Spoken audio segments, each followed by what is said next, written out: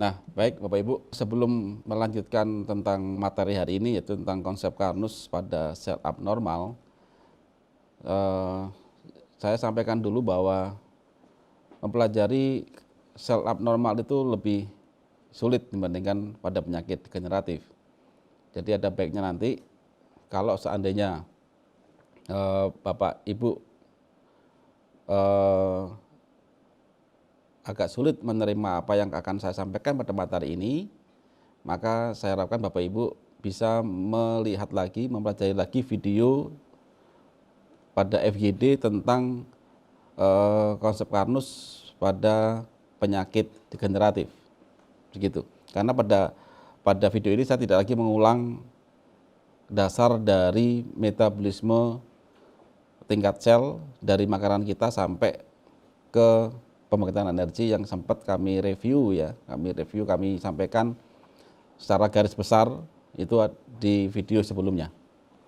Baik Bapak Ibu, sekarang kita mulai. Jadi sel abnormal itu adalah sel yang berbeda dengan induknya, dengan asalnya. Jadi kalau sebagai gambaran ya, manusia ini kan organisasi sekian triliun sel, organisasi sekian triliun sel. Setiap sel mati akan diganti selama mendapatkan nutrisi, gitu kan. Nah, kalau diganti kan diganti yang sama. Contoh, saya teriris luka ya. Kemudian selama terpenuhi gizi saya, sistem metabolisme dari makanan sampai pencernaan baik dan sampai ke tingkat sel sehingga sel bisa meregenerasi, akan diganti sel yang baru. Jadi mulus lagi.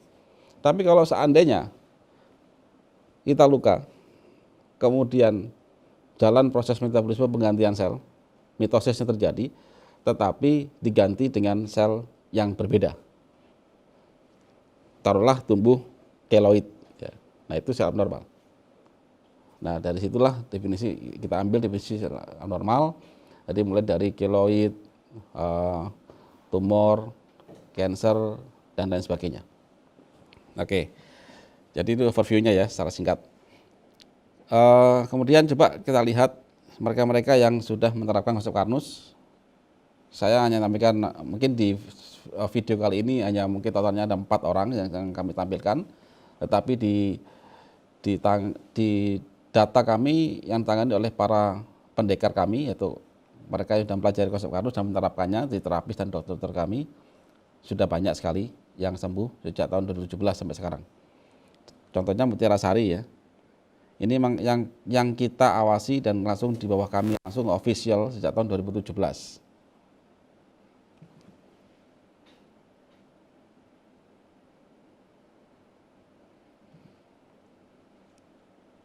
Ya. Jadi Mutiara Sari. Jadi sejak tahun 2017 adik ini ketemu kami dan dia kena kanker mata.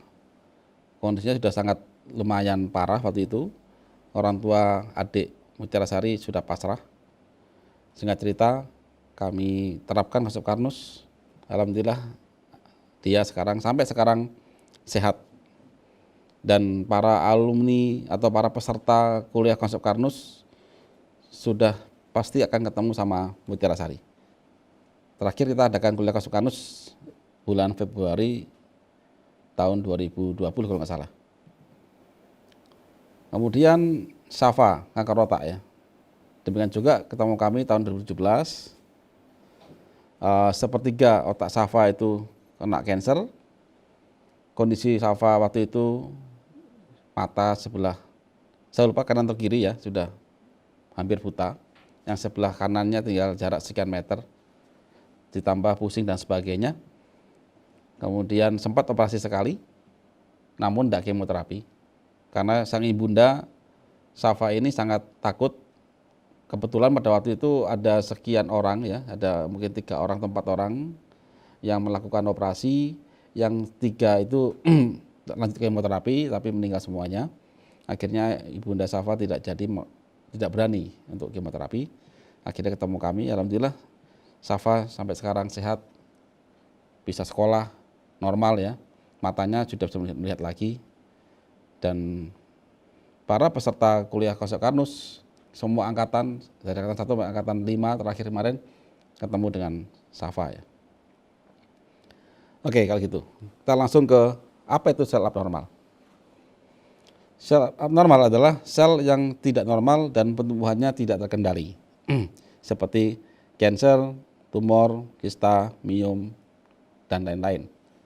Bahkan keloid pun juga sama. Yang membedakan cuman seberapa cepat dia pertumbuhannya. Hanya itu. Data fakta penyintas kanker di Indonesia. Kita ambil dari WHO ya. Jadi kalau kita ambil di sini 51,sekian% 179.000, berarti total penyintas kanker, artinya penderita kanker itu kalikan 2 lah ya. Ya mungkin hampir sekitar 350.000 lebih ya. Ini yang sumber WHO, saya lupa tahun berapa, kalau nggak salah tahun 2016 kalau nggak salah ini. Sekarang nggak tahu apakah tetap atau bertambah ya. Nah, penanganan sel abnormal secara umum adalah sebagai berikut. Operasi, kemudian biasanya lanjut ke kemoterapi, ada kombinasi dengan radiasi, ada terapi hormonal, dan ada beberapa yang terapi biologis ya. Akibatnya banyak mayoritas pasien itu ya mual, muntah dan sebagainya. Kalau cuma seandainya mual, muntah sembuh nggak masalah. Tapi mayoritas mereka menderita penderitaan yang lumayan amat sangat berat, tapi keadaan tubuhnya itu tidak kunjung membaik. Nah di sini. Setelah dilakukan penanganan tersebut, apakah sel abnormal bisa muncul lagi? Mayoritas pasien kanker itu mereka itu tidak sembuh. Jadi setelah operasi, someday nanti dia tumbuh lagi. Bahkan mereka ada yang lebih mengganas, naik peringkat ya, naik stadium. Jangankan operasi, di biopsi aja, diambil, dilukain ya, diambil spesimennya. Setelah biopsi jarak sekian minggu itu tumbuh lagi dari luka biopsi itu. Lalu apa penyebab dan apa solusi penanganan sel abnormal? Nah ini yang akan kita bahas. Tapi sekali lagi, dasar pembahasan kami di sini adalah berdasarkan keilmuan dasar ya, ada kimia, fisika, biologi, dan pada tubuh manusia. Saya harapkan Bapak Ibu sudah mempelajari atau melihat video overview konsep karnus tentang penyakit degeneratif, tentang lambung. Itu dasarnya, supaya nanti tidak bingung di sini. Nah, kami menerapkan penyembuhan pada penyakit sel abnormal itu dengan konsep karnus. Jadi di mana konsep ini adalah pengembalian pola hidup manusia berdasarkan kodratnya yang sudah disematkan oleh Sang Pencipta.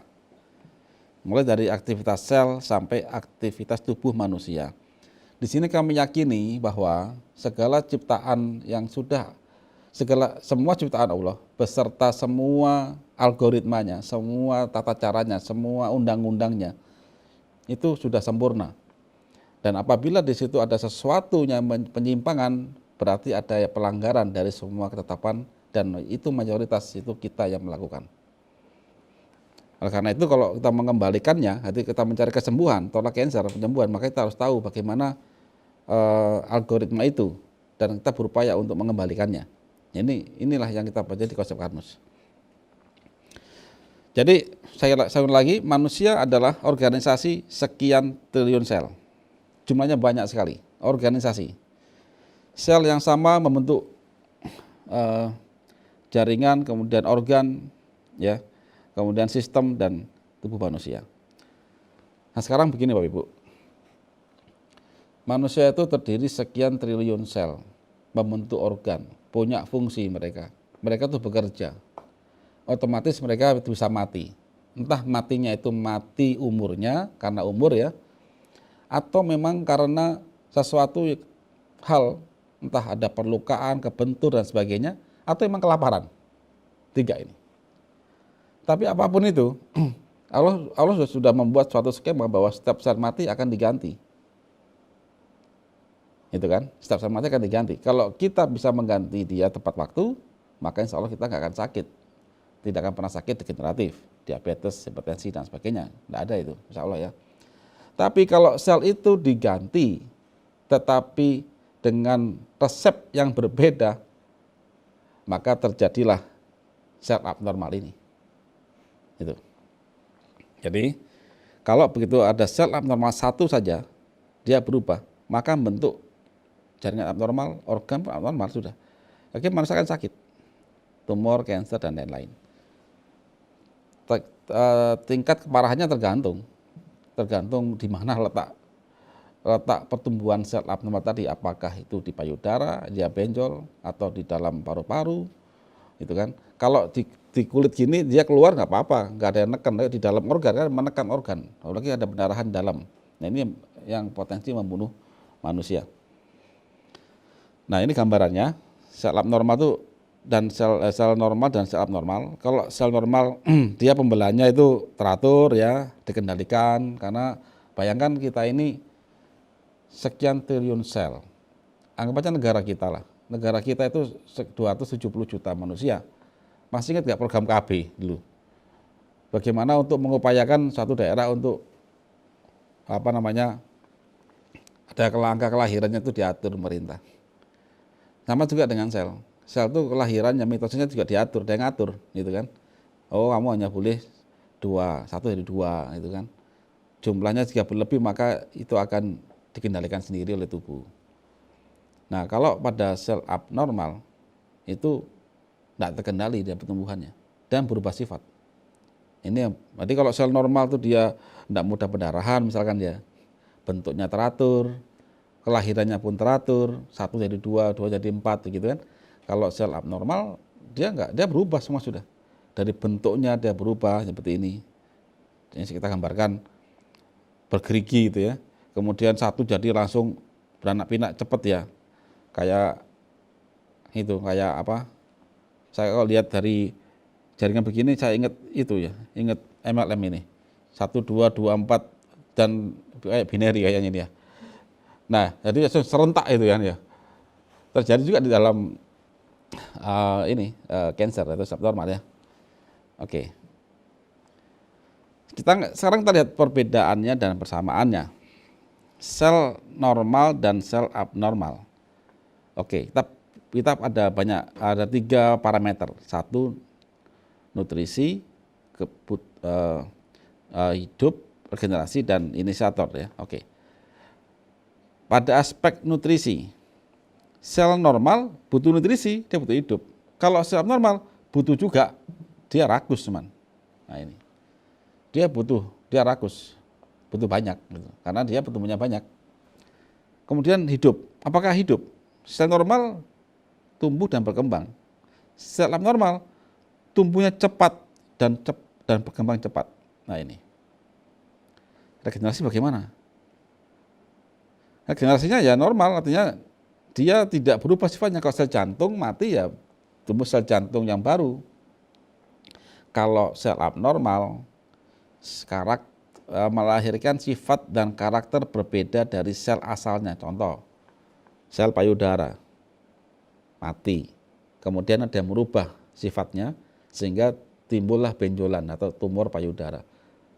Artinya sudah berubah dari sifat sel payudara asal. Itu kan?